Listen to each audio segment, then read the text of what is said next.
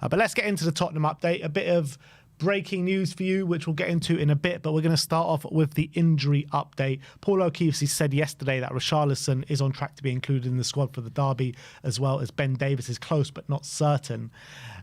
We have heard from Ange Postecoglou since then in the press conference. He says Timo Werner is out with a hamstring injury, and we've got an update on Timo Werner in a minute, so I wonder if it's something to do with that or he actually has picked up an injury. And he says Richarlison will be in the squad, and from what I'm hearing, Ben Davies will be in the squad, but unsure whether he'll be fit enough to start. Yeah, and if that's the case, if he's not 100%, we've already rushed some centre-backs back already and paid the price for it. So I think it's best, especially with Gray and Dragoshin definitely improving in recent weeks. I think ever since that 6-3 against Forest, I think they've definitely built a much better partnership. Maybe that game was a bit of a turning point for those two in terms of how they were performing at centre-back, because I think our defensive structure has been a lot better since that 6-3 against Liverpool, and it's culminated in getting that clean sheet against Liverpool last week. So I think Gray and Dragoshin, I'm not as nervous going into the game with those two as I would have been a couple of weeks ago. So I think that's the right decision. With Timo Werner, is he really injured? Is he just being pulled out of the squad? We'll discuss that a bit later. But if it is another hamstring injury, which he did say it's a hamstring, so I don't think there's any reason to go into specifics if he's not actually injured. We have heard though, like before, like players pull out like that, and they do give specific injuries where he's got a back problem, he's got an ankle problem. So maybe just a hamstring one's just an easy one to go to.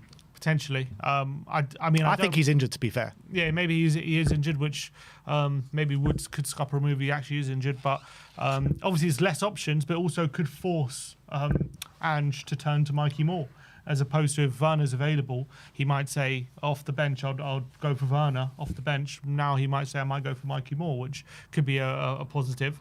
And Richarlison being back I think for the derby could be really perfect timing for him, because this is the kind of fixture we know he gets up for. We know he's going to be a pest if he gets on the pitch. So, and hopefully we can start giving Solanke a rest now at point. So really great timing that Richarlison's back. Let's hope he stays fit. Yeah, absolutely. Regarding Will Langshear, Andrew was also speaking about him in the press conference, and he says, we can't afford to let players go, but there could be some young ones like Alfie Dorrington has gone out on loan, and young Will Langshear could do as well. We've all been scratching our heads why Will Langshear hasn't got more game time than he has done. You know, particularly at the game against Tamworth, you really expected Langshear to get some sort of game time. He didn't get on the pitch at all.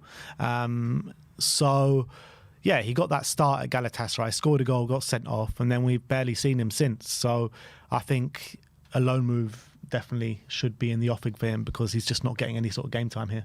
Yeah, I think that, especially with Richarlison back now, and also the rumours of Spurs looking for another forward player, I think that's the right course of action. I think I've personally been fairly impressed with what I've seen from him when he has taken the pitch, but unfortunately it just hasn't been enough time, and I don't know why. Ange hasn't given him more game time, and I would like to have seen him more, considering he's already got on the score sheet this season, given the limited game time. As a 19-year-old, I think that is impressive. But as well, I think if he gets a loan move to develop himself, hopefully in the Championship, I think that hopefully that's kind of his level. Then I'm really excited to see how he does, because imagine if he goes out on loan and starts banging in goals, it'd be a really exciting prospect for next season. Do you think maybe someone like Bournemouth could work for Bournemouth? Well, I don't know if he's ready to be starting week in, week out in the Premier League. But I mean, if Bournemouth were to take a punt on him, I'd be really intrigued by that. Really intrigued. I don't think they will. I think they're more likely to go for someone like an Evan Ferguson or maybe a more established striker around Europe. But if they were to go for Will Langshear, that would be a really interesting prospect. I mean, him and Evan Ferguson are pretty much the same age, aren't they? They are, but obviously Evan Ferguson's played a hell of a lot more Premier League football. Yeah, that's also true. Let's move on. Let's talk about Timo Werner now, as Damasio says that Napoli are now looking for Kvaratskhelia Kvaratskhelia replacement, with Garnacho and Timo Werner both on the list. Napoli have held talks for Timo Werner. A possible deal could be unlocked after the North London derby. At that point, there could be the green light. Jack Pitbrook does follow on and says Timo Werner's Tottenham loan will not be cut short. Now this injury, I mean, they do say after the North London derby. Obviously, he's out the North London derby anyway. Mm-hmm. Well, so it said the loan will not be cut short. That's what Jack Pitbrook says. Oh, Jack Pitbrook. Yeah, I do. Look, we'll have to wait and see about this injury, whether it's convenient timing, considering these reports are starting to filter through, or is he genuinely injured? I guess we'll have to wait. Because I remember he did also say Dyer was injured before he moved to Bayern. I remember that clearly. But then he also said, some journalist questioned him, and he said, "Don't question my integrity," with that famous press conference. So whether he genuinely is injured, I guess remains to be seen. Hopefully, it's a precursor to a move, but I wonder if we are signing. I wonder if there's a bit of dominoes in effect here. Are we waiting to sign someone before we let him go? Are we waiting to let him go before we sign someone? Are we doing it irrelevant and maybe he could be left out of the Europe squad if we do sign a player when the European football comes around, which I think wouldn't have to happen because we know our problems with the squad. Who if one comes in, someone's going to have to go out. So if he is going to be out the European squad, maybe they're thinking we're better off just getting rid of him. I think if we can get rid of him, we will. And obviously, if Conte comes to rescue, that'll be brilliant. And I see a lot of people praising Antonio Conte. We're after this news saying he's our best ever manager, Conte to the rescue. Let's hope it is true, because that could. I honestly think if we can make room for another forward and it relies on Timo leaving, that could really be a massive thing in our season. I guarantee you there is no chance Antonio Conte is going to be in favour for this transfer. Why? Timo Werner for Kvicha. Are you joking? I'm not saying just him, but why he could be part of the replacement. Oh, come on, man. If you are replacing Timo Werner for Kvicha, you are. I mean, can you imagine if we did that? How fuming would you be? Yeah, of course, but I don't know if he's the only forward they're after. They're getting 70 million for Kvicha. If they're getting Werner for cheap, maybe he's just part of the replacement. I do think actually Werner would suit Conte ball a lot more than how he suits Ange ball, in my opinion, in terms of how they play in the transition. Werner does not suit any ball. He can't cross, or he can barely cross, and he can't put the ball in the back of the net. Away the game? It's ridiculous. I'm telling you, if this happens, why are you giving the game? It's a great buy for Napoli. It's unbelievable. It's an unbelievable buy. But if this happens, Conte's probably going to walk. He's going to do another one of those press conference saying this club. Conte would hate this transfer. Maybe. I don't know what's in his head, but obviously he didn't have him at Chelsea, did he? I think he was gone by then. I genuinely do think he would suit how Napoli play a bit more than us, and maybe a change of scenery. Look, we've said all these things before he signed, and he didn't work out at Tottenham at all. So I'm not saying it'll be a good thing for Napoli, but I just want him gone. I want him out off the books, and hopefully Napoli can take him off our hands. And I do think if he's part of the replacement, obviously if he's the genuine 1-1v1 replacement for Kvicha, then I don't think Conte will be in favour of it. But if it's him plus another one who they spend quite a bit of money on, I'm sure that's something he can handle, because they're going to need some forward players through the door if and when Kvicha leaves. So we'll have to see if there is any legs to it, and if he is genuinely injured, or is this the precursor to a move. Let's hope. And let's hope once this happens, we can really push the boat out on a full player of our own, because we need to get one through the door sooner rather than later. And we'll be talking about that particular forward player in just a moment. Jack Pickbrook also said that there is no prospect of Richarlison leaving this month. I mean, I guess that's no surprise to anyone. No, I think from Richarlison's side, I don't think he wants to leave. As I said before, I think he's confident he can turn his Tottenham career around and make a success of it. From our point of view, he's only just got back fit. He's not injured anymore. So I think from Tottenham's point of view, we need him. And we know when he's fit, he can provide a very valuable asset to us. So I don't see either side wanting to sell in January, to be honest.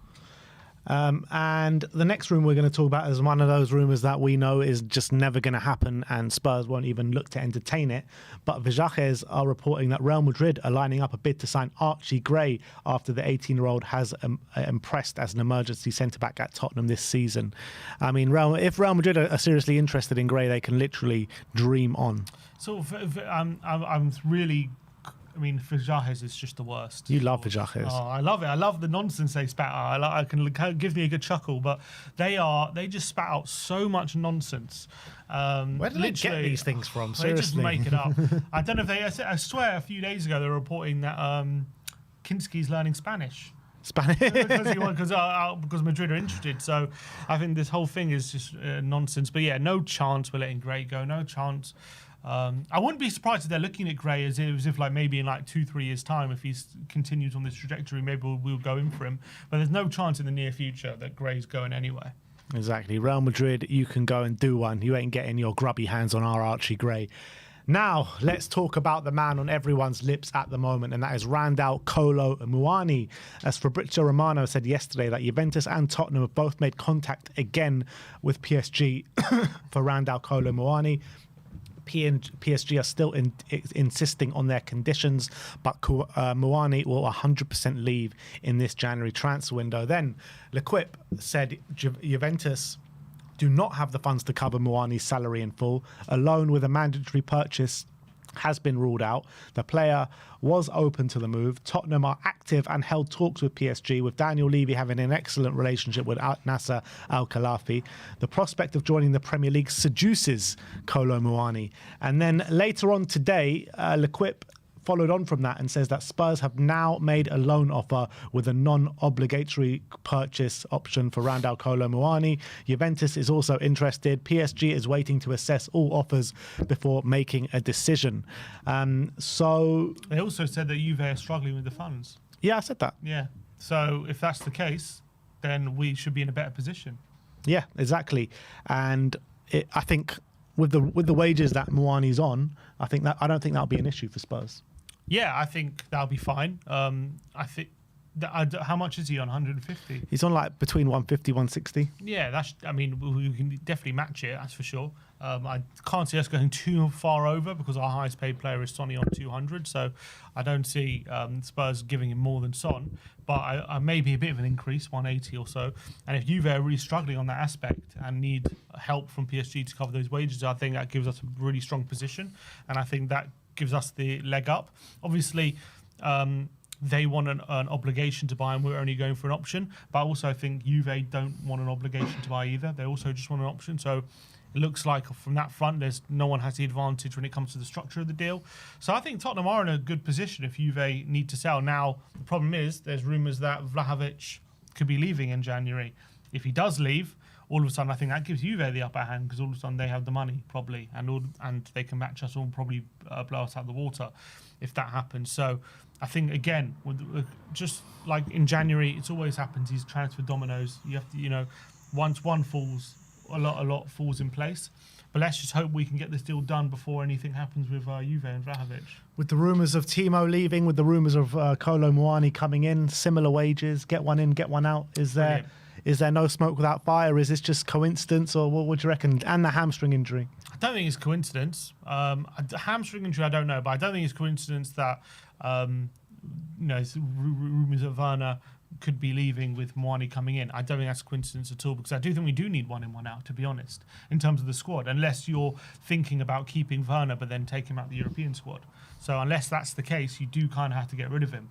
So I don't think it's a coincidence at all. Yeah, but let's see how it rumbles on. But L'Equipe do claim that Spurs have now made an official loan move for Kolo Muani with a loan with a purchase option. But finally, let's talk about your favourite publication again, Fichajes. And they say Chelsea and Tottenham are now considering a January bid for Josh Maja of West Brom. That confirms it's definitely not happening now. Second top goal scorer in the Championship at the moment, Josh Maja, 12 goals. Fancy it? Look, sounds all right. All I remember him, to be honest, mostly is from the Sunderland Till I Die documentary when he was a youngster at Sunderland. He's doing all right in the Championship, but he's only on 12 goals. It's not like he's scoring bucket loads, albeit you said he's 12th second top goal scorer, so clearly he's doing well, but it's not like he's completely smashing it. It seems anyway. He seems to be doing well, though. Sure. I'd rather Muani, to be honest, or someone. Considering in England his best goal tally is 3. Now at 12, it is pretty much smashing it for his standards. Yeah, I guess he's doing all right, but he's 26. He's not like a youngster. He's doing really well. He's like, I don't know, doesn't seem like a deal that makes a lot of sense to me. But to be fair, back in 18-19, he got 15 goals in 24 games for Sunderland, but ever since then in English football, he's never got above 3, and this year he's on 12 goals in a West Brom side. So look, I'm not really interested in it, but we thought we'd bring you the rumours anyway. But that is your Tottenham update for today. Let me know in the comment section below your thoughts regarding all the news stories we've brought to you today, and let's hope that something can be done with Randall Kolo Muani sooner rather than later. A new thing. Oh, let's bring that up. What does it say? Tottenham are amongst clubs who have shown interest in Nice forward Gassand. Tottenham are looking to improve their forward options and are weighing up their bids. Offers of more than 20 million would test the resolve of the French club, from Matt Barlow. To be honest, I've never heard of him. Evan Gassand of Nice. Looks to be smashing at the moment. I mean, 8 goals, 4 assists in 17 games this season, but of late, his recent form is really good. 3 goals and 2 assists in his last 5 games. 24 years of age. 23, it says. 23. Apologies. Can play kind of on the wing and as well. It looks like the kind of player that we need, someone who can play on the wing and up front as well. So maybe he's the backup option to Randall Muani. Interesting. Evan Gassand. Let me see where he's been playing majority of his season, because that's what Paul O'Keefe was saying. We're looking for a versatile forward who can play up front. I think he's been playing on the right wing. He can play up front and on the wing as well. So I think if he's a versatile forward, that actually does make a lot of sense. So he's playing centre forward 12 games, right wing 7 games, and left wing 3 games. Wow. But his best performances have been on the right wing. Right wing, 7 appearances, 5 goals, 2 assists. So he's definitely been a lot better on the right wing. In terms of a player that's, 23 years of age. Last season, he played 34 games for Nice, 6 goals, 0 assists. This year, he's already got 8 goals and 4 assists, so he's improved on that already. Is he a left footer? How do I see what he is forward? You can see it on Transfer Market. Because if he's a left footer on the right, that could... No, he's right footed. Okay. But still, that's quite an interesting one. Because clearly we might be looking at a player who the data we think really matches up with, and maybe he's starting to really kind of explode, potentially, Evan Gassand. Well, that is the latest rumour hot off the press for you guys. And now that is your Tottenham update. And let me know your thoughts in the comments section below as we move on to the North London derby. Do you want to line up the predicted lineup? Yep. And we'll move on. But I want to say big up to 770 of you in here with us today in anticipation for the London derby. Let us know your thoughts on the transfer rumours in the comments section. And let us know as well who you think is going to be in the starting lineup, as we're going to go through our predicted lineup very, very shortly. 800 of you in there. Only 57 likes, though. Everyone scroll down and smash that like. The more likes we get, the more likely it will be that Spurs do go to the Emirates and win for the first time since 2010 in the Premier League. And you know what? I've got a bit of a good feeling about the game tomorrow. I don't know if that's probably a bad thing, probably a bad sign, but why not, people? Why can't we go there and win? But let's get into the predicted lineup. Arsenal against Tottenham at the Emirates, 8 o'clock kickoff tomorrow night. In terms of the injury news, what have we got? Yeah, so we know that Van de Ven, Romero, Odegaard, Vicario, Udogie, all still long-term absentees. He also confirmed that Timo Werner has picked up an injury, a hamstring injury, going into this game, and the severity is yet to be known, so we'll have to wait and see. It could be the precursor to a move, potentially, or he could generally be injured, and it could be just another muscle injury in the squad, but he's not going to be an option. Bentancur, obviously, following the concussion protocols, will miss out on this one. Hopefully he'll be back in time for next week's game against Hoffenheim, so he remains out. But in better news, Richarlison is available, and Ben Davis is back in training, so he might make the squad as well. But more importantly, Richarlison will definitely be available for selection in this one. So that's really good timing, especially with the kind of fixture that is upon us. And I think he's kind of perfect for it. So, yeah, really excited to see him back in the team. Yeah, and with Richarlison back and Ben Davis back, all of a sudden, in a few weeks' time, Romero, Van de Ven and Bentancur will all be back as well. Well, by the end of Jan, it's going to be probably just Vicario and Udogie left, right? I know Odegaard. So Touch wood. Vicario, Odegaard and Udogie by the end of Jan, hopefully. So we'll have a couple back. by the end. So it's starting to look like an actual squad again. Yeah, I know, all of a sudden. But let's get into it. In goal, in a 4-3-3, is obviously going to be Kinski. He's done brilliantly in his first 2 games, but this is going to be a real test up against Arsenal's set pieces. Definitely, and he had a kind of, I mean, it's obviously not the same level, but he had a kind of little taste of getting the ball pumped into the box against Tamworth, and he dealt with it very well. Obviously, he's going to be taken up a notch here against Arsenal. We saw, albeit I think their corners last couple games haven't been as effective. I don't know if teams are starting to kind of work out a bit. I've seen a few teams do this tactic where they leave 3 men up the pitch to kind of declog the penalty area, which gives a lot more space for defenders. Instead of being pushed around a lot, they've got a bit more space to kind of stand their ground. Whereas I felt like when the penalty area is clogged up, you know, everyone's all bunched together and you don't know what's going on. There's like a melee and Arsenal take advantage of it. So I'll be interested to see how Tottenham deal with those. Will Kinski be brave? That will definitely be a big kind of that'll go a long way to decide if we can get a result. We can keep. We out know the for set one pieces. thing he will be brave. So he's got a big job on his hands. I'm sure he's going to be busy, whether it's from set pieces or in general play. But as well, I do think his ball out the back, his play possession will go a long way as well to make sure that we're not being pressed as harshly as we have been at the Emirates in previous years. Yeah, absolutely. So Kinski in goal. Right back, we're going to be looking to Pedro Porro. Obviously, Porro has, again, played on the weekend against Tamworth. A bit of a poor performance from him. And, yeah, we're going to need better levels from him at the weekend, tomorrow night. Up against probably Martinelli, who's obviously a speedster, but not in the best form. Albeit in recent weeks, he's been a bit better. Porro needs to be on his A game to make sure that he's not getting any sort of advantage, because with Saka out, you know, you look at their front line and probably he's now the danger man, you'd have to say, in that front line at the moment. So who do you reckon it's going to be? It's going to be probably Trossard, Martinelli, or maybe Trossard. Trossard, Havertz and Martinelli. I reckon Sterling might start. Or Sterling. Sterling on the right, I think. He came off the bench. So it could be either Trossard or Martinelli, either way. Who do you reckon you'd rather face? I think Trossard's playing really poorly at the moment. So I think Martinelli is not exactly blowing anyone away. But, yeah, I feel it will be Martinelli. I think Martinelli will start. Martinelli. I think he will as well. So, yeah. I wouldn't be surprised if you do see Martinelli on the right and Trossard on the left. I was thinking if Davis was fit, was there a possibility you could see Davis at centre-back and Gray moved over to right-back? But I think with Davis not making it, I think, or maybe just being on the bench, I think, you know, this is obviously going to be the case. So, centre-backs, I do think it's going to be the same back two in Radu Dragusin and Archie Gray. Ben Davis will be back in the squad, but I think this game will just come a bit too soon. Maybe you're thinking Ben Davis in line to start the next game. Who is our next game? Everton, yeah. Maybe for him to start at Goodison Park. But I think for tomorrow night's sake, it will be Dragusin and Gray.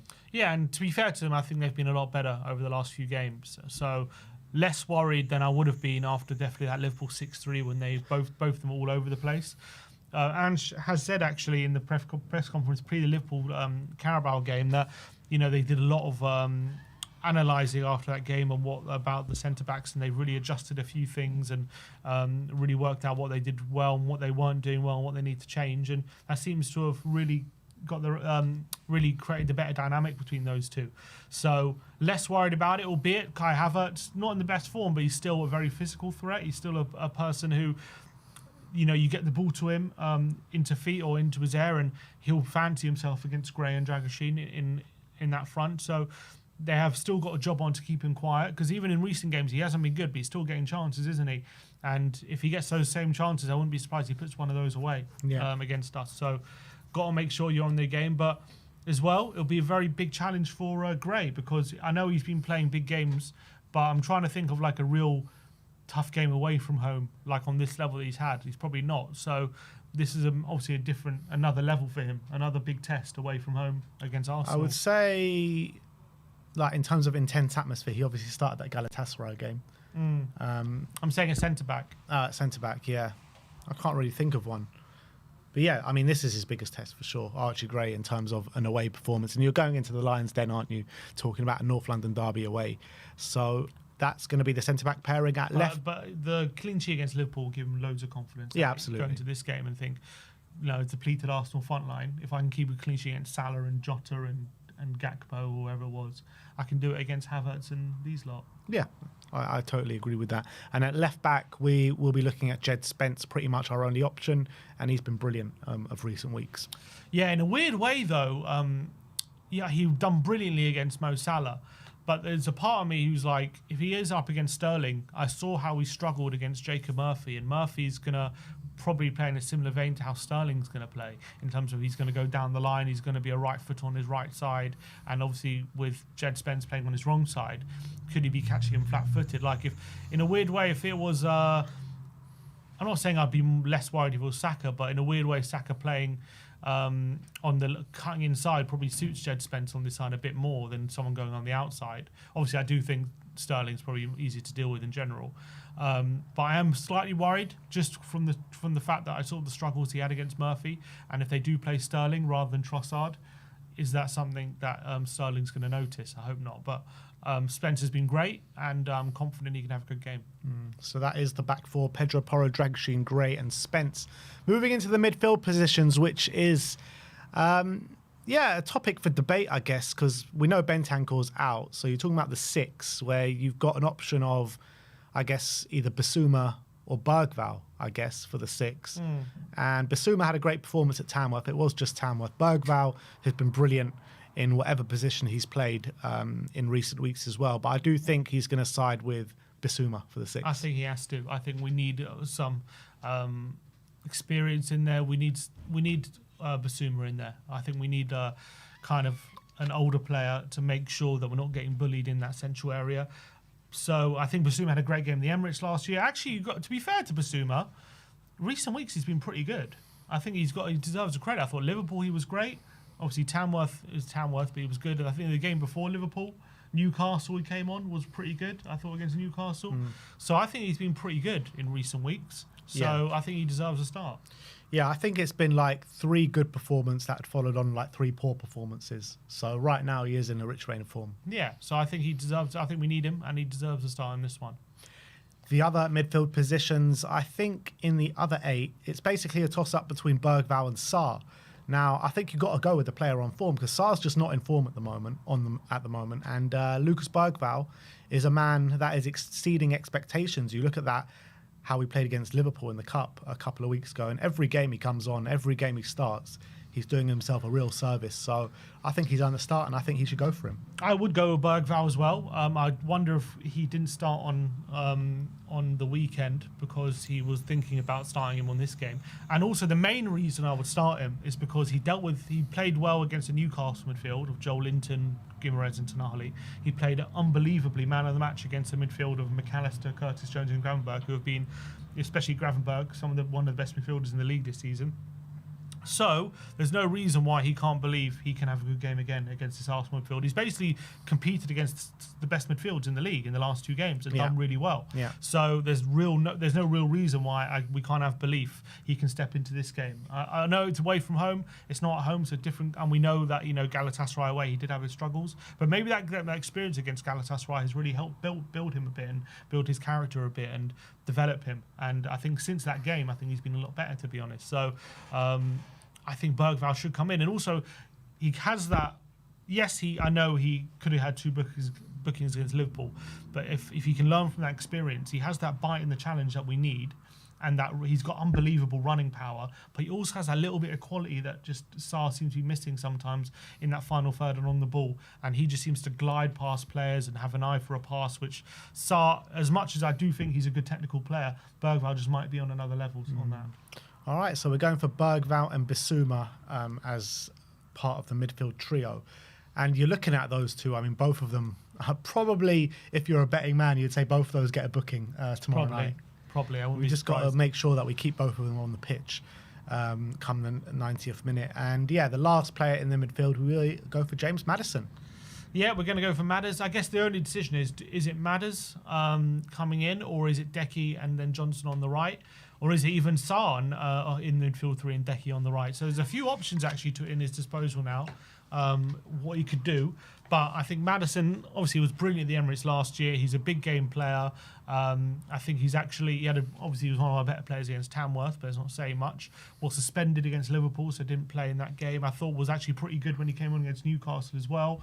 So I think Maddison does come in this game, and I think he'll be well up for it. And yeah, excited to see him play. Yeah.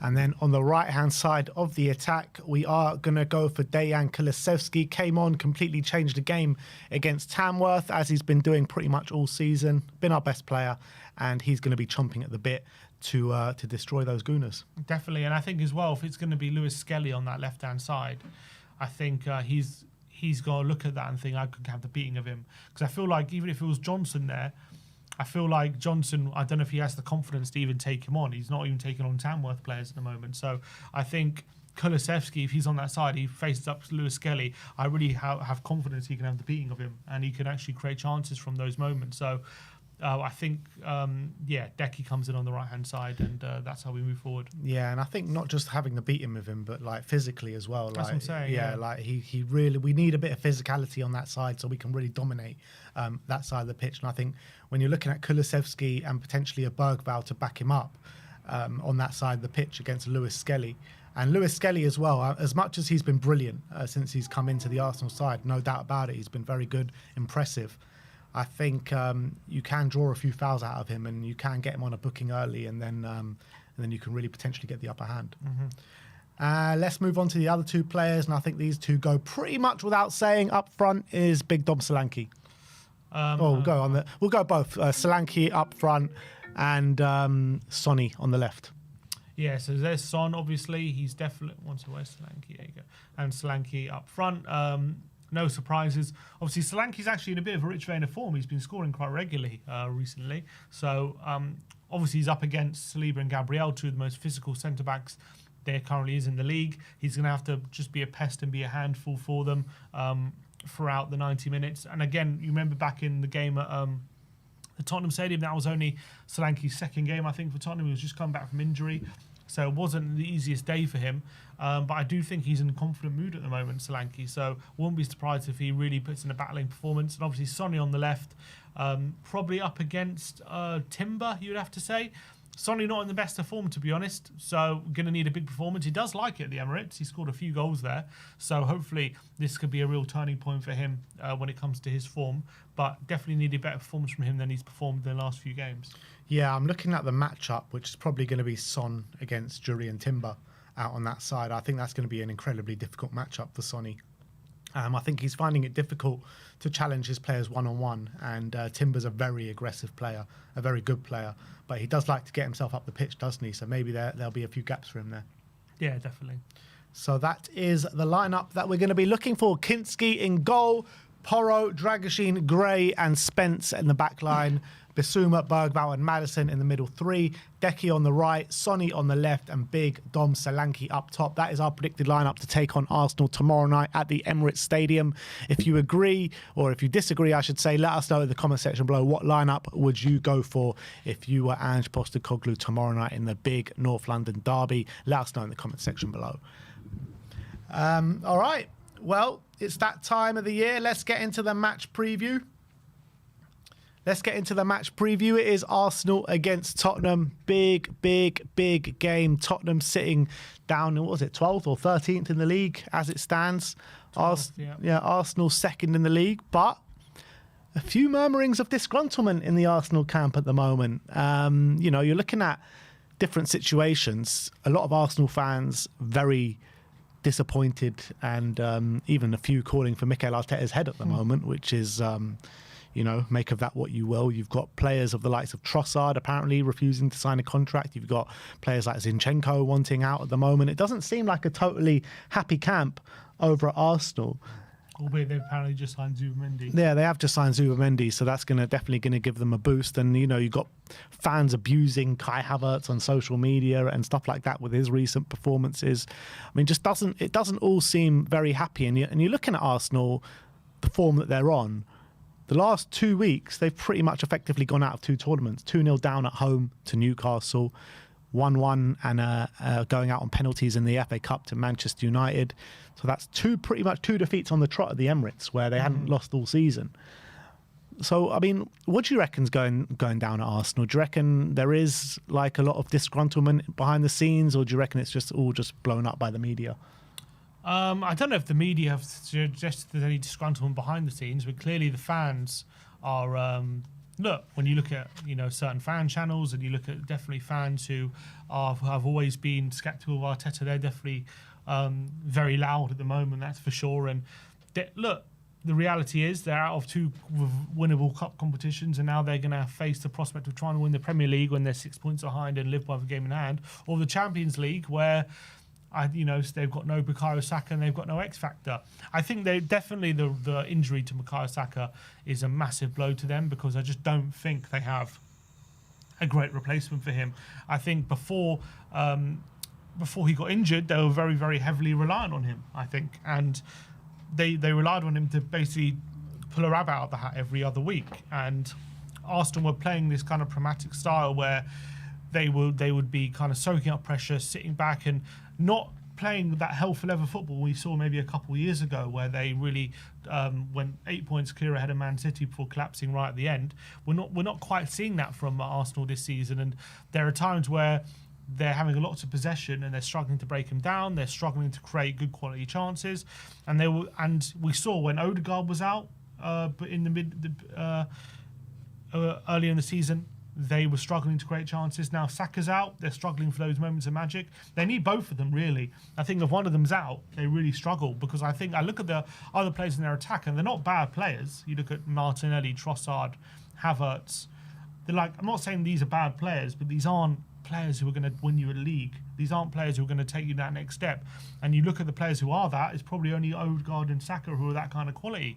So when one of them's missing, all of a sudden, I feel like Arsenal are quite a lot easier to deal with than they were beforehand. And I think that's bearing out. They did get that win straight away. But I remember saying after they got that win against Brentford, after the game after Saka got injured, but I remember saying, yes, they got that win, but it won't be this game that affects them. It'll be other games. And that's what's come to pass. They drew with Brighton now. They've lost to Newcastle, lost to Man United on penalties. And I watched that game against Man United, everyone's saying, it was just the missed chances. But people are not taking into account, before the red card, they didn't really create anything. And it was only after the red card that they started to really kind of take advantage of that extra man. Yeah, they did create chances and missed them after that point, like they missed a penalty and Havertz missed a sitter. But this narrative that they are creating chances and it's just about putting them away. It's not the case. They did struggle to create chances before that red card, and after the red, yes, it's not so easy to create against 10 men, but you still had that man advantage, and that did make the difference on that day. It wasn't just a case of you had chances. So I think they definitely struggling against low blocks to really create good quality chances, and that has been even a problem with Saka there. But I think it's going to be exacerbated now with Saka out, in my opinion. Obviously, we're facing them. We're a team that does give up chances. We're a team that we know we're going to attack. We know we're going to go for the win. However we play, we're going to play our football. Doesn't mean that we can't defend properly, and I think hopefully against Liverpool we showed that we are capable of putting in much more solid defensive displays than we have throughout the season. So going into the Arsenal game, off the back of that was our, I know we had Tamworth in between, but that was our last game against a Premier League side. That's really encouraging. But I'm sure Arsenal will be looking at that situation thinking, I can't see them not coming at us, obviously, at home and trying to press high. I don't see them like playing how they did at the Lane earlier in the season, where they were just sitting back and soaking up pressure and basically just scored from a corner. I think they'll go for us. I think they're going to come for us. I think they're going to try and press really high. They're going to really put pressure on our back line and the keeper. That's what they're going to try and do, in my opinion. I think that will suit us.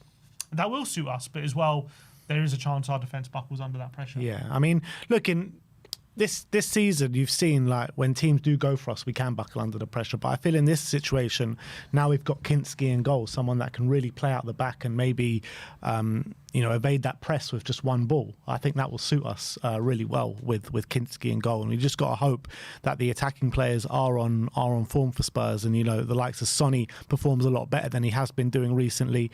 And obviously we know what Deki and Dom Solanke can bring in terms of physicality and standing up to the physical challenge that the likes of Gabriel and Saliba bring. But you look at Gabriel and Saliba and you look at Arsenal as a defensive force, and don't get me wrong, they've got a brilliant defence. They really do. But I don't think they're the same defensive force this season as maybe as we saw last season. They were going games on loads of games in a row where they just weren't conceding chances. But I think you actually can get at this Arsenal defence when you look at recent performances. Well, they do have also, like us, they have a few injuries at the back. Probably not as costly as us, but still they do have a few injuries at the back. So I think they still got like 3 out of their back 4 that they're going to play. Yeah, and I think as well, there it says Partey and Skelly, but I think Timber's going to play, probably on the right back anyway, or left back. Either way, he's obviously a very good player. So I think they're really only missing Ben White in their first choice front back line. They've got Ben White and Calafiori, yeah. I think in the first choice, I think it's just Ben White. I think their first choice would be Timber on the left and White on the right, in my opinion, with Saliba and Gabriel. So I think for their first choice, they're only really missing Ben White.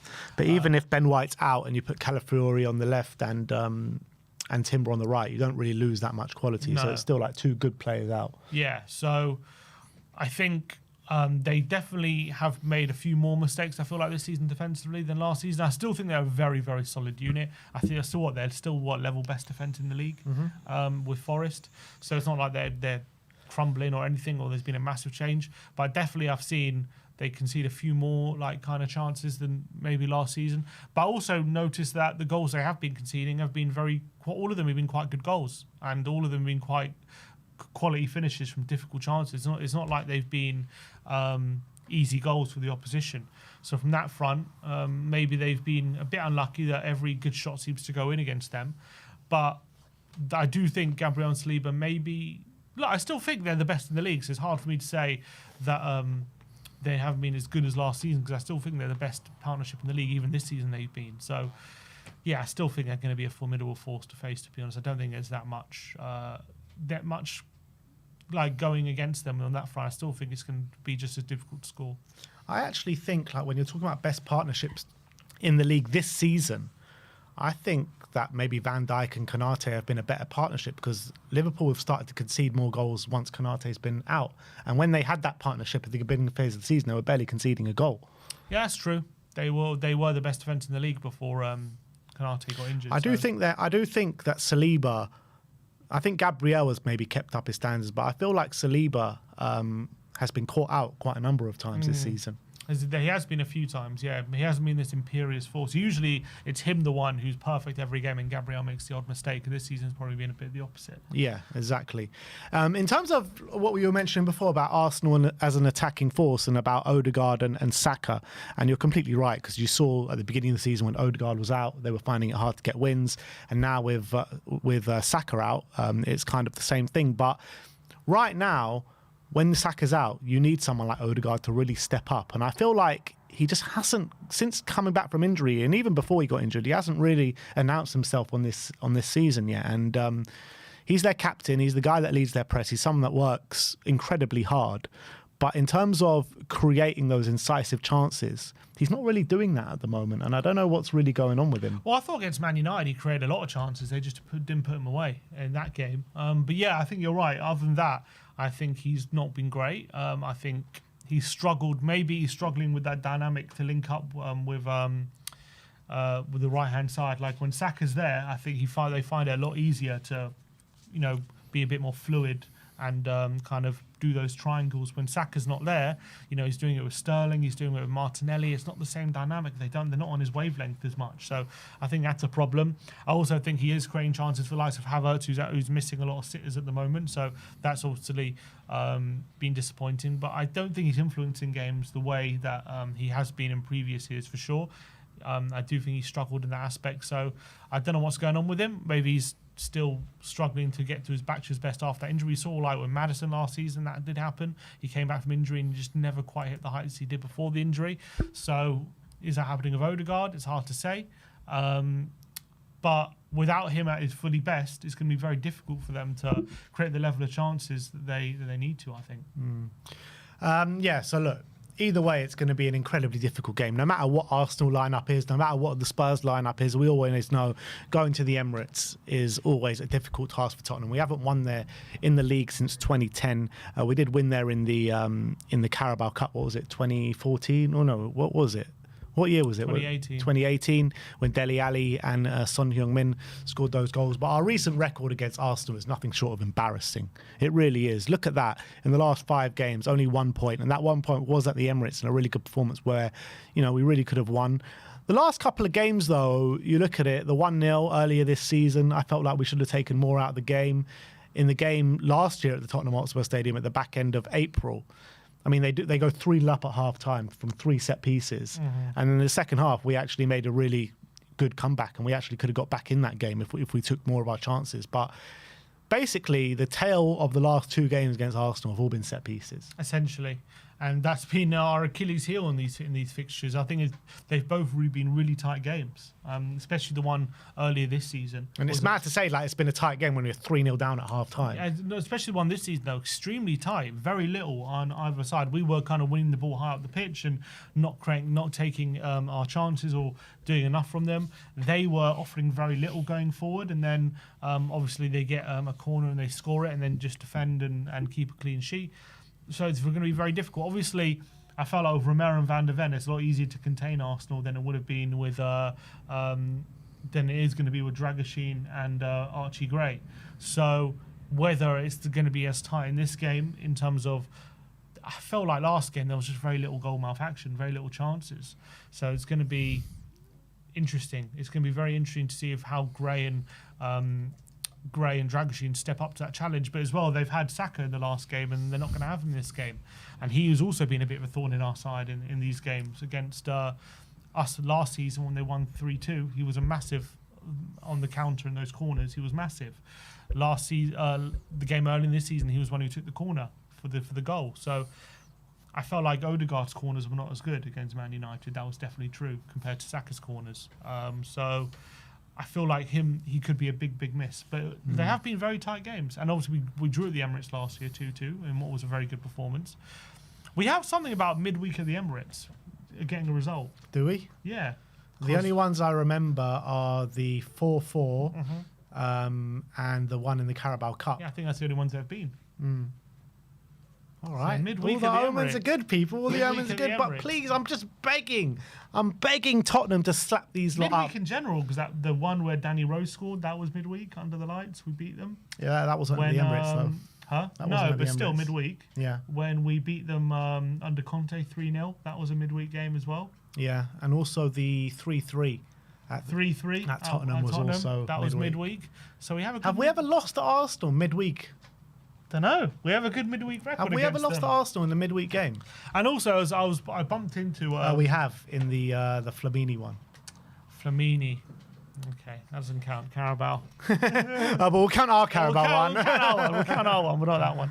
I was talking as well to a friend, and he reminded me that in terms of us going to the Emirates and scoring a goal, we do tend to score when we go there.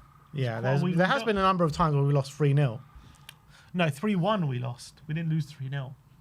We've lost 3-0 a few times, haven't we? No, we always get a goal, I think. Or maybe I'm going back in the years because I remember 3-0 when Gilberto scored a couple of goals. But in recent years, I think I can remember once we lost 2-0 in 2017.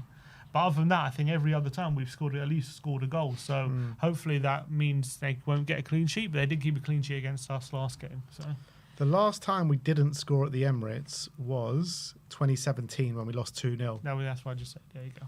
Yeah. When Mustafi and Sanchez scored yeah. in the first half. But I am just praying. I am praying for us to go there and smash these lot up. I'm begging because they are there for the taking right now. They are there for the taking with the way they're playing at the moment. They're not creating that many chances. Yes, we've got a defence the way it is, a patched up defence, but they've also got a patched up attack. So I know if we go there and actually win and get a result against them, all the excuses are going to come out, aren't they? Oh, we got injuries. Oh, we got this, we got that. And they won't take into account anything, what's going on the other side and how we've had to attend injuries. Like, all I've heard for the past 2 months is how poor or Spurs are, how this Spurs are, how shit Spurs are doing, and not taking into account any of the injuries, right? And now as soon as they get a few injuries, they're like, oh, look at us, we've got so many injuries. How are we going to cope? Why can't we're not winning any games because of these injuries? And it's just not a level playing field when they try and assess what's going on. These lot are absolutely shameless. And the most shameless one of the lot is that absolute Judas, Sol Campbell. I can't believe what I saw today, that Google campaign that he's doing with them. It actually made me sick. And boycott Google. Oh my God, everyone boycott Google right now, because that was Bing all the way. The most shameless advert I've ever seen in my life for someone who did what he's done all those years ago in 2001. And for someone that has gone about his business since then saying, oh, Spurs need to forget about this. I regret what I did. I'm this, I'm that, I'm this, I'm that. Then to go on and do a Google campaign, basically just taking the piss out of it. The guy has no self-awareness whatsoever. He's never had any self-awareness, and it just gets worse. It just gets worse. And when you're praying, when you're pleading with a fan base to forget about it, and then literally the day before the North London derby, you're throwing it back in their faces. What does he expect is going to happen? Literally, what does he expect? 100%. I mean, couldn't agree more. The guy is the biggest traitor in football history, in my opinion.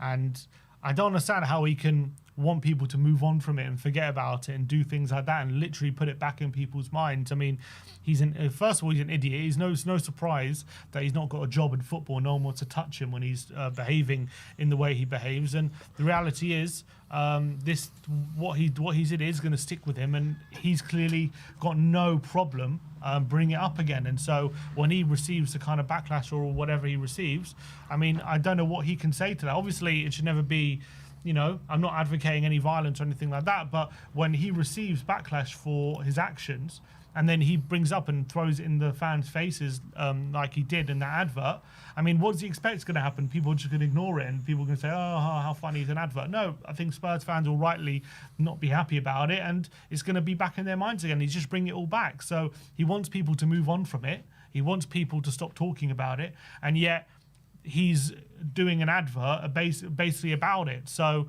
I don't see how he's basically being a hypocrite on that sense. He hasn't moved on from it. He's still talking about it. He's still at the front of his mind. So how can he expect anyone else to move on from it? Yeah, absolutely.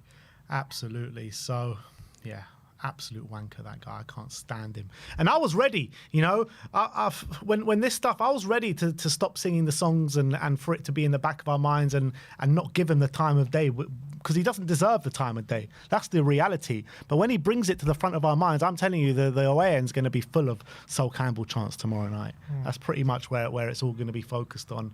And another one who I hate is that bloody Lego head, Mikel Arteta as well. He as well. Arrogant. He is so arrogant, man. I can't believe I never thought I could hate a Arsenal manager more than Arsene Wenger, and then Mikel Arteta comes around. He's worse, honestly. He's so much worse. At least Wenger had something to back it up with, He had trophies and unbelievable teams. Like, Arteta's got nothing to back it up with. Just like, he is so arrogant. He just really believes he's the shit, and he's got nothing to back it up with. It's really, he is so horrible to listen to and look at, and God, he's so detestable. And I've realised as well, because obviously when we hated Wenger, it was pretty much as Tottenham fans who hated him. I think in terms of like the majority of the Premier League, like I think they didn't mind him. But I've spoken, not Jose. Not Joe. No, I'm talking about other fans. Like when I speak to other fans, they all hate Arteta. Everyone hates Arteta. Like no one likes him. No one thinks he's a likable person or a likable manager. And it's just, he makes my blood boil, honestly. And he goes on with all his excuses. Like a few weeks ago in the Carabao Cup game, he was blaming the loss on the ball. On the ball, he was blaming it on, saying, "Oh, the ball's different in the Carabao Cup," but the ball wasn't different for Newcastle. The ball for Newcastle, they were using the Premier League ball that they're used to week in, week out. The excuses that come out from this man's mouth is unbelievable. Never seen someone blame the ref more than him. Literally, Never. and also, They were the ones that got all the help in the FA Cup game from the ref. That penalty was never a penalty against Manchester United, and they have the gall to blame the ref week in, week out, these Arsenal fans. They actually think like there's an agenda against them in the Premier League. It's actually a joke. It really is a joke. And if we can put, pretty much, I think if we do beat them, it probably would be the final, especially if Forest win. I mean, if Liverpool win, it would be the final now, I think, in that dwindling title challenge they have. That would be so sweet to do that at the Emirates. The problem is in this game, it's a good time to face them, but it's also a good time to face us. It's just, whatever way you look at it, it's a good time to face both teams. It could go either way, but if we could stick a dagger in their hearts on tomorrow, that would be so sweet. It would be lovely. I think if we win tomorrow, I do believe that's the final nail in their coffin in their season. And a lot of their fans have pretty much lost hope for the season anyway. And we're sitting here, 14th of January, and what happened? It was supposed to be their year. That's all I heard in the build-up to this season. This is our year. They said, this is our year. They said, wait till City drop off, they said. Just you wait till City drop off and we'll be right there. Where are you? Where are you? Nowhere to be seen. That's literally. Let's just say we're just a City away. City and Pep Guardiola are the only ones keeping us from this Premier League title. They said Arteta's giving Pep sleepless nights, they said. Oh, my God. Unbelievable. And when they played Man City earlier on this season, right, with the Haaland and the Be Humble thing and all that, all I heard from Arsenal fans after that was, oh my God, did you see this Liverpool, this Man City and Arsenal rivalry is turning into the old Arsenal and Manchester United rivalry. They hate us so much. They hate us. Well, there's nothing to hate because literally nobody cares. Nobody cares about Arsenal. You're the butt of all jokes. And yes, I know Spurs have been the butt of all jokes, but you really are because you think that you're something that you're really not. You really do. You know? We know what we are. Exactly. We actually know what we are. You know? Arsenal fans literally think they are the God's gift to earth. And you're looking at it, right? You're looking at it. Mikel Arteta. Well, everyone wants to go about Spurs not winning trophies, but where's Arsenal's trophies? Since Arteta came in and won the FA Cup in his first season with Mikel Arteta's squad, with Unai Emery's squad, right? But since £700 million later, or however much, 800 million, whatever, gone out in the FA Cup third and fourth round every single year. In Europe, they've done absolutely nothing, going out to the likes of Sporting Lisbon and Olympiacos, and whoever else they've gone out for. And in the Carabao Cup as well, they've done absolutely nothing. And in the Premier League, all they've done is bottle it. And now they're further away than they've ever been. So they're not even Pochettino's Spurs. At least he got to a Champions League final. They're not even Poch's Spurs. Come on. All Arteta is a nearly man, and he's going to be gone pretty soon. And all I heard was Mikel Arteta, the best manager since Sir Alex Ferguson to grace the Premier League. Get back in your holes, man. Get back to South London where you belong. Do you actually think there's a chance they'll sack him? I think. What does he need to stay in a job for next season? I'm not talking about fans being happy. I'm talking about the board actually going out their way and saying you're sacked. I do think if they fall out the title race completely, go out the Champions League fairly early, there will be a conversation for it because you need to improve year on year. You need to be in consistent title challenges. And with the Man City drop-off that's happened, like, can you imagine if Man City finish above them this season? If they finish top four, I don't see them sacking him. Even if it's fourth? Yeah. I don't think they sack him. As long as they get... I think it's similar to Wenger. As long as they're in top four, I don't think they're going to sack him. I think maybe you're right. But I think the fans will be calling for it, or some fans anyway, will be calling for it. But I think unless they finish... I think there's only a real conversation about actually sacking him if they drop out of the top four. I genuinely don't care if Arteta's there or not. I don't think he's a threat. I really don't. Like, yeah, he's done well the last couple of years, but you see already Liverpool had a drop off and straight away, bang, they're above them. Chelsea are coming. I think they're going to be above Arsenal pretty soon. If Ange Postecoglou and his ideas come to fruition, then you never know what can happen there. I don't see Arsenal as too much of a threat in terms of actually going and winning major honours. I agree to an extent. If they do get a really great striker and Zubimendi's through the door now, I think there could be a threat if they get a really good striker, depending on who. Like I said, they do convince Isaac to come somehow. I think that's kind of been the difference this season. If you replace Havertz with an Isaac, I think they're probably top of the league right now. So I think on that sense, he could be a threat. But I think the thing is with Arteta, his ego gets in the way. And I think his ego was that I could turn Havertz into a world-class striker. And that's his ego talking, and it's got in his own way. And they could have signed a striker in the summer, and they didn't because Arteta was like, you know what, I think Havertz is. I believe in my own coaching ability to make Havertz into the striker I need him to be, and it hasn't worked, and it's backfired. But he's turned Arsenal from 2 years ago. I know they bottled the league that year, and they were top of the league for however many days, but they were actually playing some really good football. And from a neutral, they were actually a really good team to watch. And now, I mean, nobody likes watching Arsenal play. They're the most boring team. So They're the most boring team. Like, they just sit back, they wait for their moments here and there, and they've been bailed out by Bukayo Saka in pretty much all their wins this season. Makes Mourinho's Chelsea look like prime Barcelona. Literally, they're just like... And you know what? A couple of years ago, I got a lot of hate for saying this. I got a lot of hate. I said they're a glorified Bolton. That's what I said 2 years ago. And now everyone's calling Arteta the Spanish Pulis, and now everyone's saying they're prime Stoke. So, I mean, yeah, maybe I was wrong on the teams. It's not Bolton, it's Stoke. So sorry for getting it wrong, because they are basically a glorified Stoke City. That's all they are right now, relying on set pieces, not being able to create consistent attacks. And that's all they are. That is all they are. And if they're going to be a threat and win the league playing that kind of football, I just can't see it. So we're going to win tomorrow? We're going to win tomorrow. We're going to win tomorrow. I'm actually, I wouldn't say confident, because I'm not confident of a win, but I really see the way the two teams are going into it. Both teams are obviously not winning consistently. But I feel that if Spurs get it right on the day, and we have been getting it right recently in the big games, that Liverpool game aside, in the majority of big games against big teams that we're playing recently, we play really well and we create chances and we put the ball in the back of the net. And I feel like that's going to happen at the Emirates. And it's been too long coming. It's been too long coming to win a game at the Emirates. So let's go there and let's stick it to them. And if we go 1-0 up early, then I think we're gonna go and exploit them even more. And with the likes, Arsenal, it's going to be, if we beat them, the meltdowns are going to be so good. With the likes of Kinski and what you're saying is they're going to come out and press us. I think Kinski could be the X factor in terms of his ball playing ability and playing over their press and really being able to hurt them. So I've got a feeling that we're going to go there and we're going to take 3 points, and that's going to be the final nail in that coffin. I think we got a good chance, and I'm a lot more confident after that Liverpool performance than I would have been before.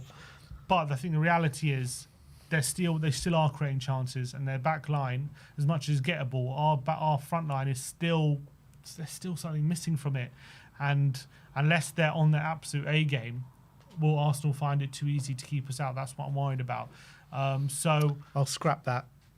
I've just seen something that's given me a lot less confidence about tomorrow. Spurs are going to be in their light blue kit tomorrow. Oh, God.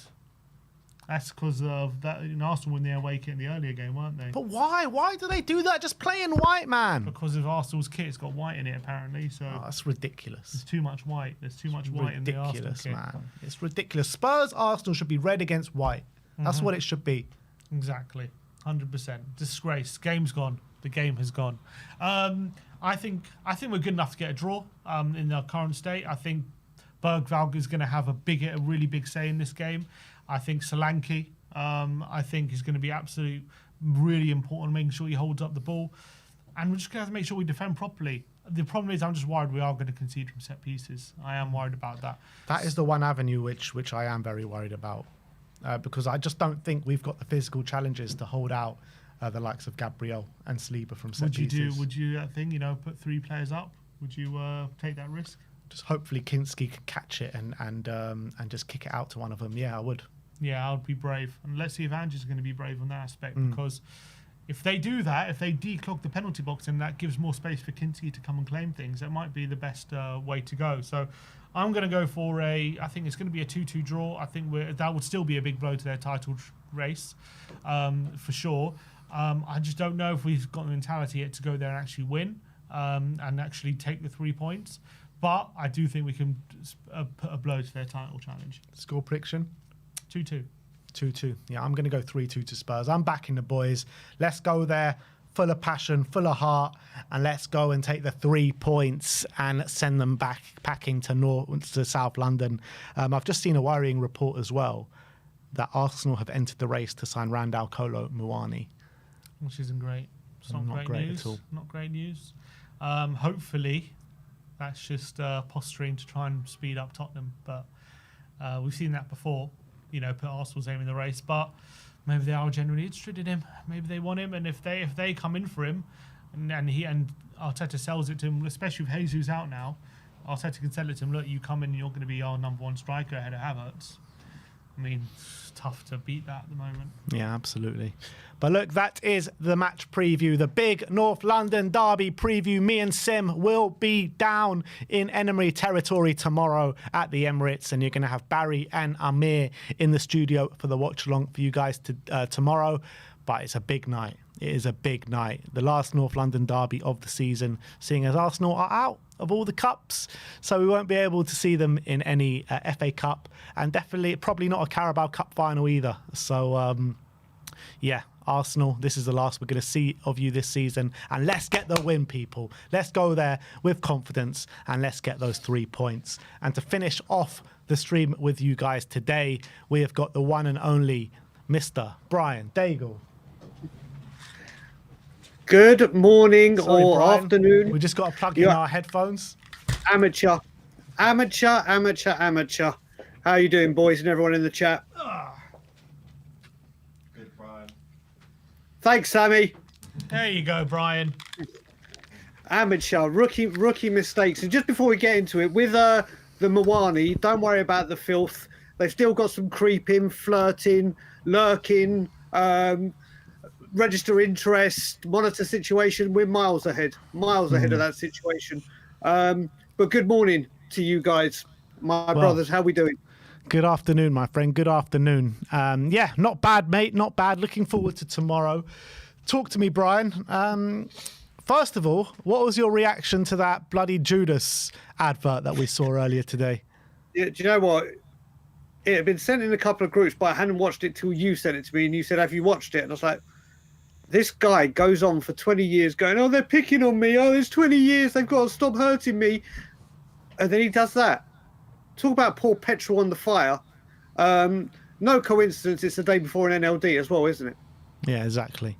He goes on about he's got to let it rest. It's got to die down. It's 20 years ago. And then he does that. And just when I posted the bit where he said, it's just opinions, what do they matter? But then I hadn't seen the end of it where he goes about the washing, about mixing whites with red.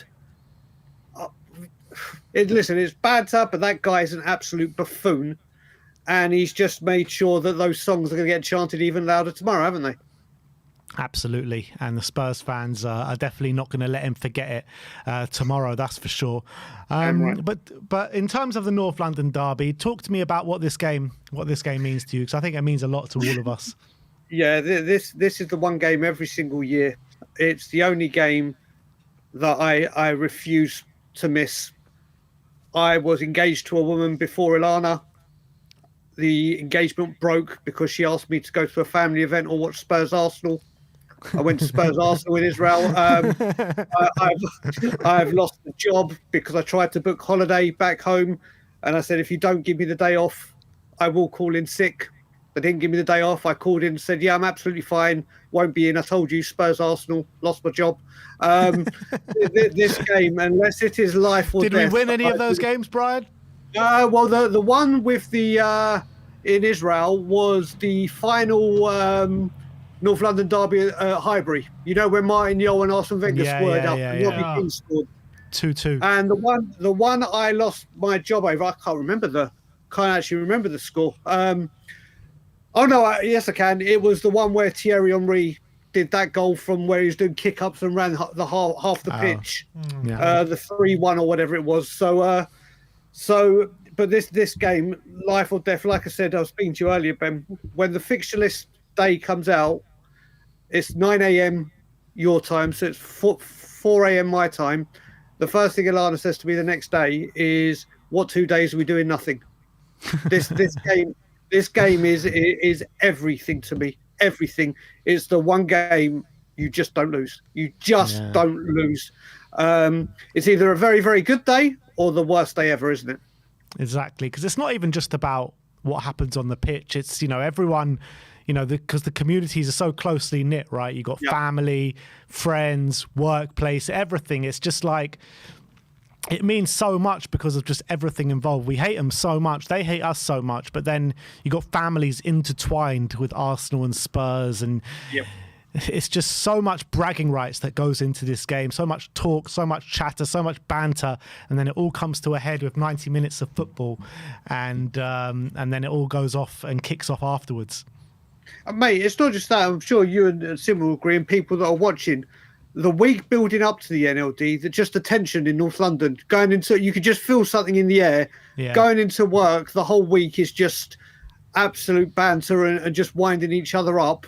And then everyone gets so excited for it. And then on the day of the game, you're as nervous as anything until the ball kicks off. And then for 90 minutes, everything in life goes out the window.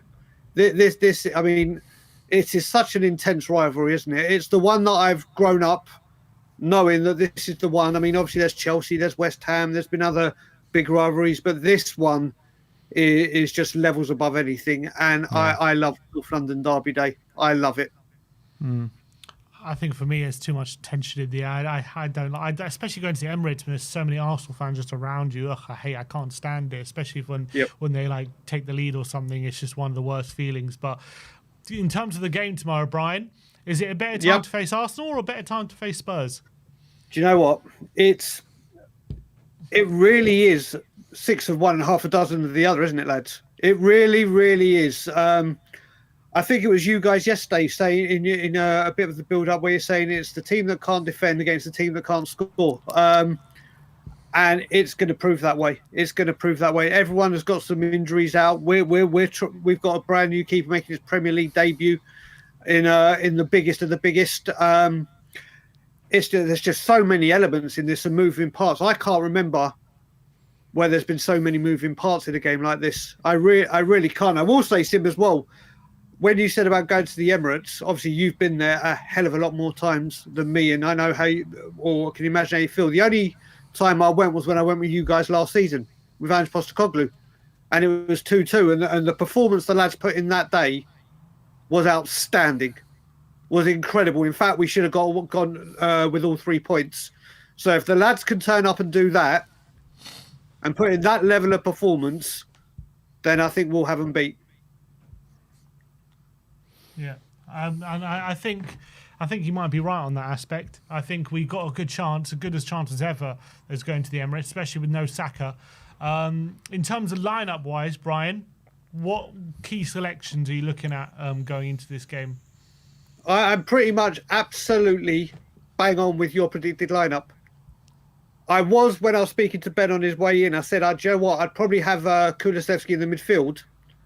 But then Ben was saying, do you know what, we need work rate, we need people putting in the hard graft and having the power to stand up to players. And I don't think Johnson can do that on the right compared to Kulusevski. So I think on this game, you need to have Kulusevski on the right and bring Madders in. But if my first choice midfielder is Bergvall. I think he is growing game by game. The only thing that concerns me with him on this game is obviously we know he's got a bit of the Dele Alli about him. He's got that bit of bite. And does the occasion get to him? And he puts in a couple of restless tackles, and the intensity and magnitude of this game gets the better of him. But I think he's coming on leaps and bounds, and I'd love to see him start tomorrow. Well, if he's got the bit of a Dele Alli about him, then he's due to get a goal against Arsenal, because Dele Alli was, whenever we played Arsenal, he always turned up. Do you know what, Ben? You've just brought another name in it. I put a tweet out, and I'll ask you two now, and I wonder what people in the chat say. I've done a bit of Spurs nostalgia and said, right, if you could bring back 3 players in their prime that always turned up for the NLD to go into this team tomorrow. Yeah. No one's even mentioned Dele. I went with Gaza, Kane, Van der Vaart. You have to have seen them play. So Dele Alli's another great shout. Who would you two have if you could bring in? Bale always turned up for a North London derby. Okay, yeah, I think Van der Vaart and Kane have to be in there. Those two have to. Yep. So that leaves one more. So yeah, I think Bale Bale's probably the best shout. You know, the other one that people have been saying, and it's a really good shout, Jermaine Genius. Genius, yeah. well. Genius always, and I'm only talking about 3 that always turned up at this game. And Genius is a bloody great shout. People in the comments saying Sonny, Toby Alderweireld. Yeah, so you know what? Sonny always does well, don't he? See, there's so many, but the golden rule is you have to have seen him play. So there's some that are going back and saying Greaves, Perryman, and all, because obviously they've seen him. But, mate, if we could have those kind of players in this game, they'd walk right in now, wouldn't they? Yeah, absolutely. Looking at it like to say like an ultimate Arsenal killer 11. Let's have a bit of fun and go through that. I mean, in goal, probably the best goalkeeper against Arsenal. Who do you reckon that would have been that we've seen? Mate, do you know what? I'm going to say one out of the blue now, and I don't know if a lot of people would agree with me, but this guy always had some of the best games ever against Arsenal. Can I predict who you're about to say? Yeah. I think you're going to say Neil Sullivan. That's exactly who I was going to say. Yeah. It was him, or do you know what? Gomez always turned up. Remember that one with the Champions League? Gomez. Sullivan was Gomez great. in the Danny Rose game. Yeah. Mate, that's safe from Van Persie's free kick. Yeah, incredible. But yeah, mate, I think I'd have to go Neil Sullivan. We'll go Neil Sullivan in goal. You got to go, I guess, Toby and Ledley at the back. Those two. Mate, this team. Did we? Yeah, a few months ago. Did we? Oh, mate, we did, didn't we? You don't think I'm Danny Rose. If you don't think I'm putting Jan in that defence over Toby, then you're out your mind. No, but I'm talking about against Arsenal. Toby scored 2 goals. Toby got a couple of goals. You're right. Yeah, you're right. You're right. Yeah, who would go as your right back? Walker, maybe? Yeah, I think it has to be Cole. Because he's had some good games against Arsenal. Carl Walker, Danny Rose. He scored a winner once, remember? That pile driver. Yep, against Chesney. Yeah, Danny Rose on his Premier League debut. Mate, can you imagine? Mate, that's what. Can you imagine? We need. Could you imagine? Well, let's just hope Kinski can have a Premier League debut to remember. But the midfield, I think you've got to put Genius in. Debut. What? It's his Premier League debut. Who? Mate, Kinski, yeah. I forgot about that. Mate, I was saying with Ben earlier, can you name a goalkeeper, and not just Spurs, that have come in and their first 3 games have been a semi-final, an FA Cup game, and against the biggest rivals in the Premier League?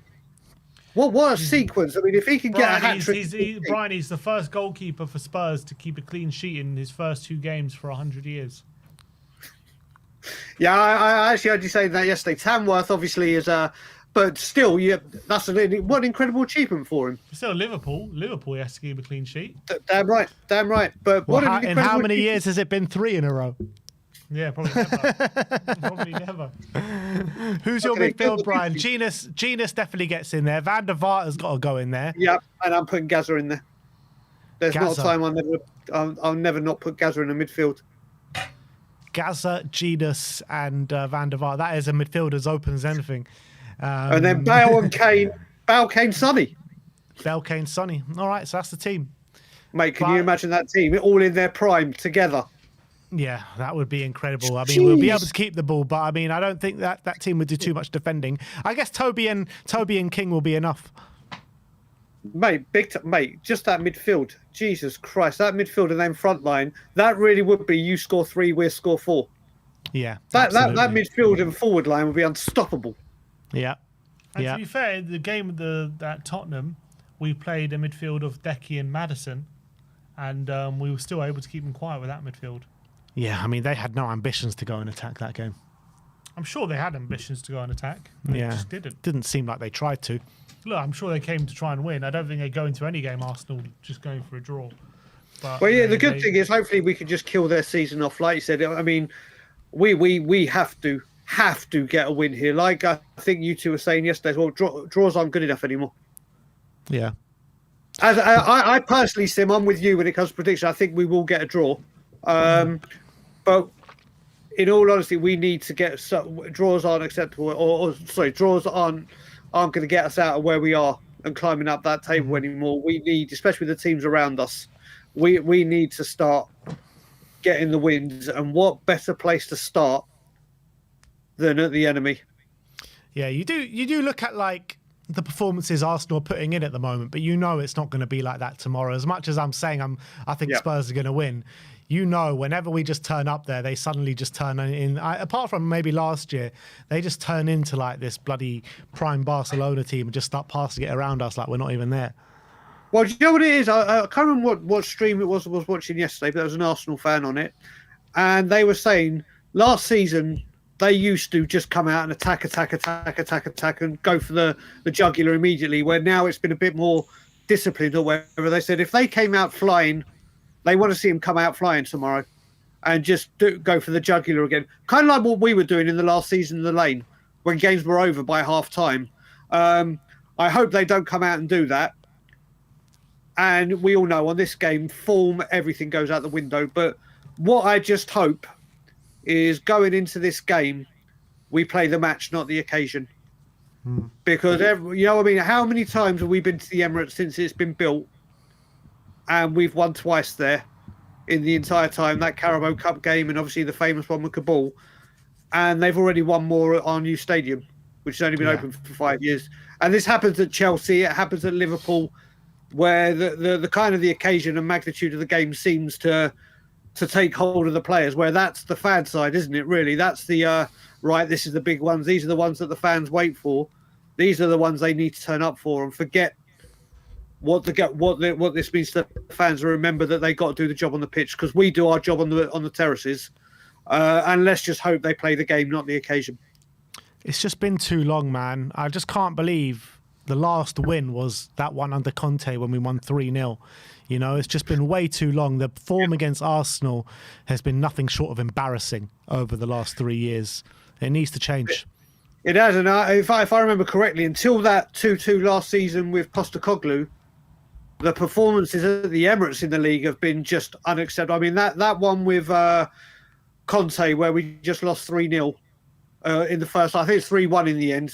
But we just, or was that Nuno? Was that Nuno? I think it might have been Nuno. You're talking about the one when Skip came on in the second half and actually was probably the best player on the park. Yeah, I think that was Nuno, wasn't it? Yeah. And then Conte came in. Even under Conte, the performances at the Emirates, they haven't been good enough. They haven't been good enough. But I will say again, when we go to the Emirates, all I say is, listen, do you know what? Just put in a performance. Just give blood, sweat, and tears. And if the better team wins, then there's nothing, you have to accept it, because they ran their hearts out, they gave everything. And that's exactly what they did last season. That's exactly what they did last season. It was an absolutely magnificent performance. But previous ones have not lived up to that mark. So if they can put in a performance like last season, then I think everything will be okay. If not, then oh dear. You know, I know you're predicting a draw for tomorrow, but if I said to you that you don't have to endure the 90 minutes tomorrow and you can have a draw right now, would you take it? I don't know. That's a really good question. Do you know what? I don't think we can take a draw. I think it will, but I think, no, I'd roll the dice. I'm going for it. I'm going to gamble, roll the dice. Roll the dice and see where they fall. Roll the dice as well. You'd roll the dice. I think we could win, yeah. So predict wins, guys. Come on, have that bit of mentality. I don't think we will win. Look, do you know what? Can you imagine? I would love. Nothing would give me greater pleasure than to see it a complete replica of the Kabul game. Go 2-0 down. Everyone think, oh no, here we go, and then turn it around in the second half and win it late on. That honestly, like I remember seeing people with the 4-4. One of my best mates is an Arsenal fan, and he actually left that game at 4-2 because he wanted to get his elderly dad home, so they wanted to miss the train or the traffic, and he called me at the station waiting for the queue to go down, going, ha, you're so crap, you're shit, blah, blah. I was like, what are you laughing at? He goes, 4-2, buddy. He goes, 4-2. And I was like, no, 4-4. He goes, and this was before smartphones and everything. And I said, go into a pub and check. He went and checked and said, don't speak to me for 2 days. So, mate, there's nothing better than clinching a late point or obviously 3 points away at that ground. And if I could roll the dice and have the result anyway, would I want a 3 or 4-0 walloping, or let them take the lead and win it at the death? Win it at the death all the time. All right, well, let's see what happens tomorrow night. Brian's going for 2-2. I'm going for a 3-2 win. Sim is also going for 2-2 as well. But Brian, big up to you, and we'll see you on the other side, my friend. You will indeed. Have a great day, everyone. See you later on, brothers. Up the Nice Spurs. one, Brian. Bye-bye. And big up to Mr. Brian Daigle. Positive And news, Josh Keeley being named League One Player of the Month. big up, Josh Keeley. Big up to you, Josh Keeley. But that is it from us. That is all you're going to hear from us prior to the North London derby. Big 24 hours ahead of anticipation. And yeah, we're looking forward to tomorrow. We'll be out from early, getting over to the Emirates tomorrow. And yeah, let us know your score predictions in the comment section below. And like, subscribe, and comment. And as always, come on, you Spurs.